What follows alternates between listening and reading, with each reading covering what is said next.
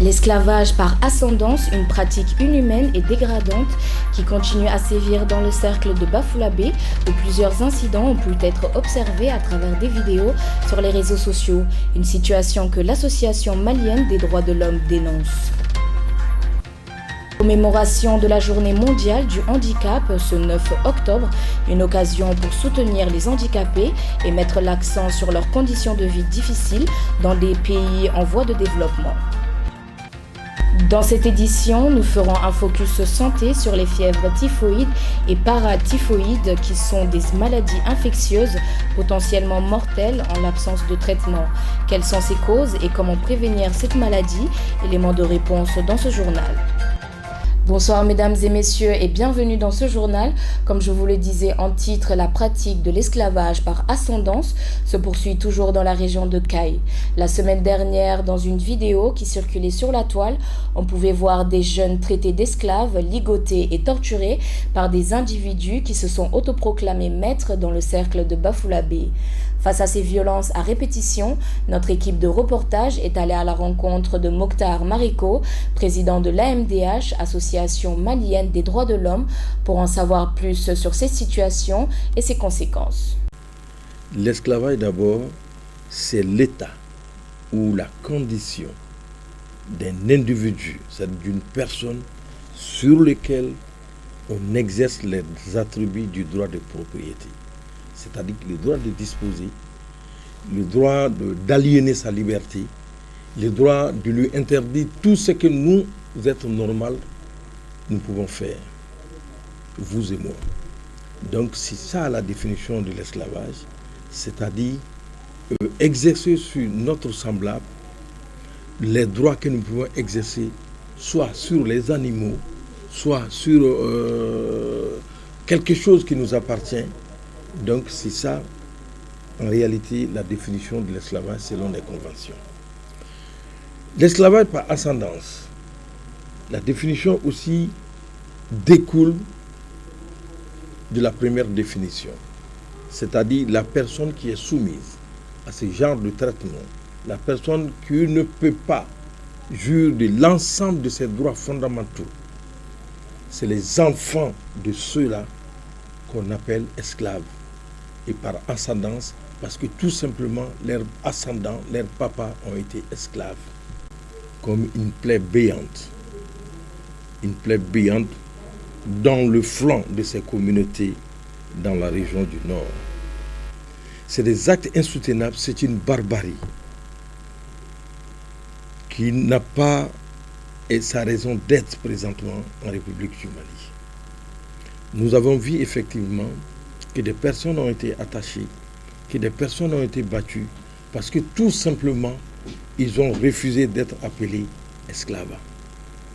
Parce qu'ils n'ont pas voulu qu'on leur colle le statut d'esclave. Voilà pourquoi ils sont battus à mort.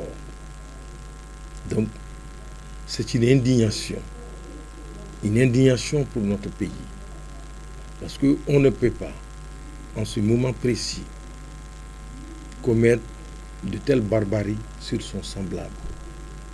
Tout simplement parce qu'il a refusé d'être appelé esclave, parce qu'il a refusé ces statuts qui étaient collés à leurs ancêtres.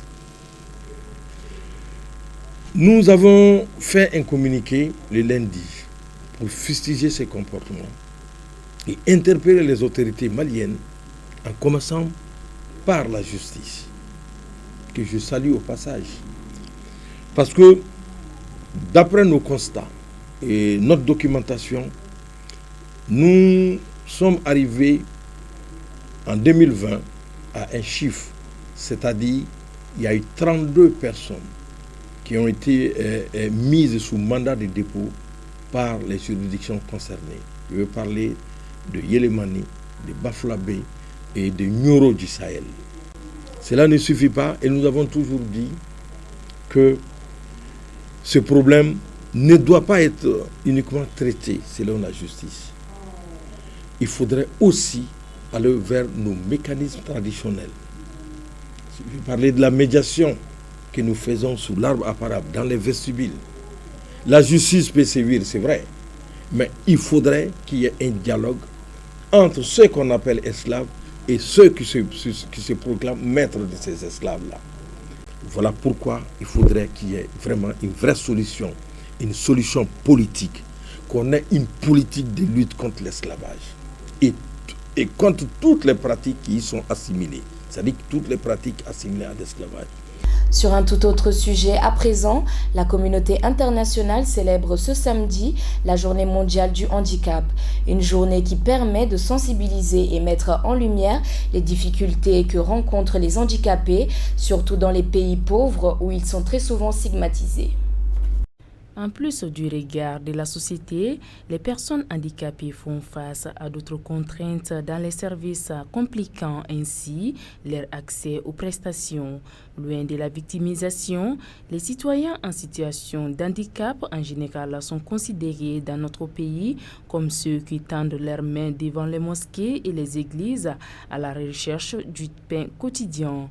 Malgré la ratification des conventions internationales, dont celle relative aux droits des personnes handicapées, du protocole à la Charte africaine des droits de l'homme et des peuples relative aux droits des personnes handicapées, c'est dans cette logique que la journée du 9 octobre a été dédiée aux personnes vivant avec un handicap à travers le monde.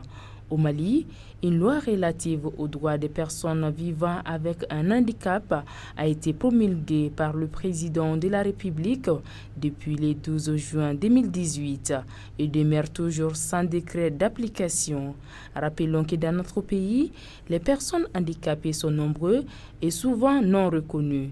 Ainsi, une telle journée permet de sensibiliser sur leur situation afin que les choses changent. Enfin, pour terminer ce journal, ouvrons à présent une page santé avec la fièvre typhoïde. Cette maladie est très présente dans les zones où l'hygiène sanitaire et l'accès à l'eau est précaire, notamment dans les pays en voie de développement comme le Mali.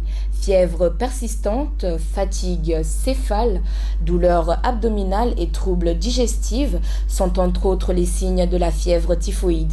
Le traitement est long et nécessite un suivi. Reportage.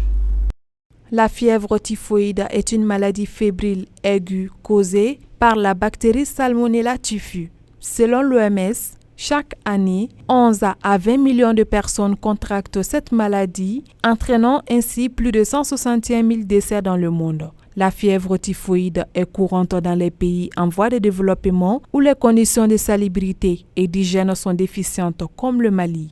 Elle se transmet par voie fécale-orale, principalement par la consommation d'aliments ou d'eau contaminée par les selles d'une personne infectée. D'après Dr Mahamadou Sila Traoré, médecin échographiste et promoteur du centre médical Mafouda. La fièvre typhoïde est une maladie qui n'est pas du tout bonne. Elle est causée par une bactérie qui s'appelle Salmonella typhi. C'est une entérobactérie, c'est-à-dire une bactérie à tropisme digestif qui s'attaque essentiellement au tube digestif. C'est une bactérie qui cause d'énormes problèmes aux praticiens de tous les jours. Si le diagnostic n'est pas fait tôt ou si le diagnostic est méconnu, en tout cas les conséquences sont très généralement fâcheuses pour le malade. Il y a les phases d'incubation, c'est-à-dire la phase où le patient contracte la bactérie et l'apparition, l'intervalle libre de temps qui sépare la contamination du patient par la bactérie et la manifestation de la maladie.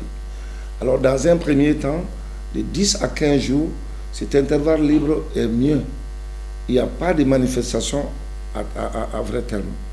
Mais il y a la phase d'invasion. Au cours de la phase d'invasion, les signes apparaissent tels que la fièvre, les épitaxis, c'est-à-dire saigner du nez. Et c'est une fièvre qui est un caractéristique, c'est que la fièvre ne descend pas.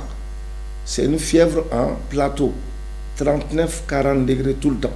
Tu prends la température du malade, c'est comme ça. Dans la fièvre typhoïde, il n'y a pas de personne à risque. Il y a les formes cliniques, mais il y a les formes qui sont rares quand même chez les nourrissons. Chez l'enfant aussi, c'est les formes qui ne sont pas trop, c'est des formes frustes. Mais toute la population est à risque seulement parce que quand tu vois la fièvre typhoïde, sa contamination, c'est une maladie orofécale, une maladie dite des mains sales. Voilà, donc tout le monde est à risque seulement. Il faut adopter certaines attitudes positives d'hygiène avant de consommer les produits, les crudités et tout ça. Dr Mahamadou Sila Traoré nous explique également que dans les formes plus graves, des complications peuvent survenir au niveau de l'intestin, du cœur ou du cerveau et ainsi être fatales en l'absence de traitement. La fièvre typhoïde peut se compliquer et les complications sont fâcheuses. Complications d'ordre cardiaque et complications d'ordre neurologique. Et les complications les plus foudroyantes, c'est d'ordre digestif avec la perforation digestive, les péritonites, les pelvipéritonites, la septicémie et la mort. Et c'est regrettable. Si la fièvre typhoïde n'est pas bien diagnostiquée, elle peut faire comme si on prend les anges digestifs, on prend un fusil mitrailleur, on les mitraille. Hein? C'est comme si ça fait un passoire, quoi, de nombreux petits trous. Et les sels vont se déverser à l'intérieur de la cavité péritoniale, provoquer ce qu'on appelle la péritonite et la septicémie, une infection généralisée. La prise en charge n'est pas si simple parce que ça dépend du moment où tu reçois le patient. Si c'est au début, certains signes sont là, alors la prise en charge est très rapide. Pour éviter cette maladie-là, il y a même un vaccin qui est la vaccination. Mais en amont de la vaccination, je disais tantôt qu'il faut toujours désinfecter les produits, toujours désinfecter avant de les ingérer, c'est très important. Notons que la fièvre typhoïde se repose surtout sur l'hygiène sanitaire. Ainsi, des gestes simples comme se laver régulièrement les mains, surtout avant et après le repas ou le passage aux toilettes, le lavage et la désinfection des fruits et légumes, le nettoyage avec attention des cuisines et toilettes peuvent nous aider à lutter contre cette maladie mortelle. Voilà ce qui met fin à ce journal. Merci de l'avoir suivi en ma compagnie. Très bonne suite de programmes avec le groupe Liberté.